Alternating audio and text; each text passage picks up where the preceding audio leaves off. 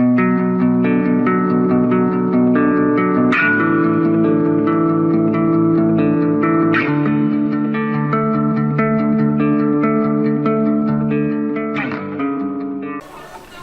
rencontrons un Gaulois réfractaire contre Macron. Nous lui donnons la parole lors de la manifestation du 9 octobre 2018.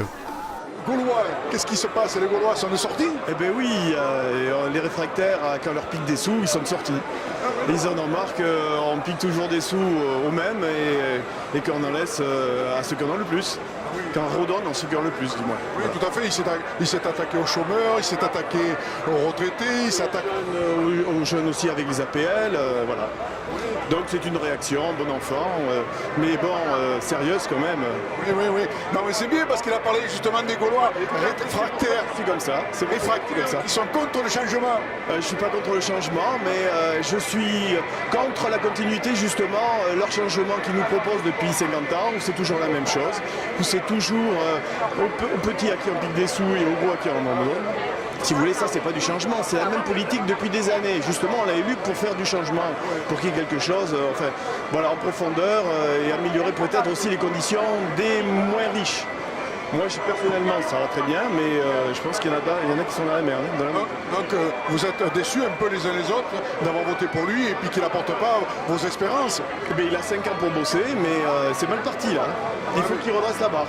Ouais, il va arriver à 2 ans, là, il a encore 3 ans. Oui. Mais bon, c'est normal, il faut laisser ces 3 ans, après on verra, il y aura des élections. Bon alors laissons-lui ces 3 ans quand même. Tout à fait. Vous êtes méchant quand même? Non, pas du tout. Oh là là. Il a encore... Non, je dis bonjour. Non, parce que passez dans la caméra, c'est pour ça. Ouais, vous êtes passé à la télé, tant mieux pour vous. Hein. Je plaisante. Bon, allez, un peu d'humour dans ce monde de brut. Oui, voilà, c'est ça. C'est exactement ça que j'ai. Alors Macron, quand même, vous êtes méchant avec lui, quoi. Vous vous aiguisez en gros. Pas du tout.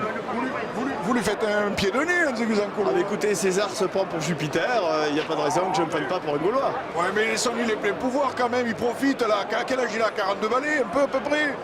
Jeune. C'est un tout jeune président. Oui. Sarkozy le suit derrière. Hein. Le Sarkozy, il y a lui, et puis bon. C'est bien, ça fait du renouveau, mais maintenant, il ne faut pas mettre la même chose ou les mêmes copilages, les mêmes choses, quoi. C'est ça. Vous ne pensez pas que la politique font les uns et les autres pour mettre le Front National tristement au pouvoir? On le voit avec, en Italie, ce qui s'est passé avec, je ne sais plus comment il s'appelle, là, pas Berlusconi, mais l'autre, là, un qui était élu. Ils se mettent main dans la main, l'extrême droite passe un peu partout. Est-ce que ça vous inquiète, ça vous inquiète pas, vous? Si, bien sûr, oui. Oui, tout à fait. Après, je n'imagine même pas ce que ça pourrait donner, quoi. La seule chose que je connais de l'extrême droite, c'est ce qui s'est passé pendant la Seconde Guerre mondiale, donc ça fait peur. Et ça nous a pas servi de leçon? Ah non, si, enfin, j'espère que si.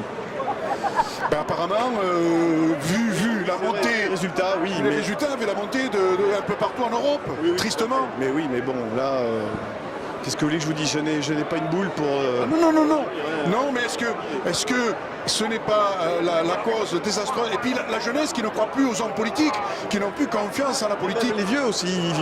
Oui, comme moi. Oui, un vieux comme moi, je n'y crois plus beaucoup à la politique. Hein. Voilà. Je pense que j'étais vacciné. Et madame aussi, je pense. Hein. On vote par force, mais on a une démocratie par chance. À quand ils vont reconnaître le vote blanc? Il faudrait qu'ils le reconnaissent. Oui, tout à fait, oui. Parce qu'on votera tous blancs. Eh bien, le problème, c'est ça. C'est qu'après, ils seraient bien obligés de revoir leur politique. Oui, bon. Votre nom, c'est Gérard. Gérard, merci Gérard, il est gentil, un petit Gaulois.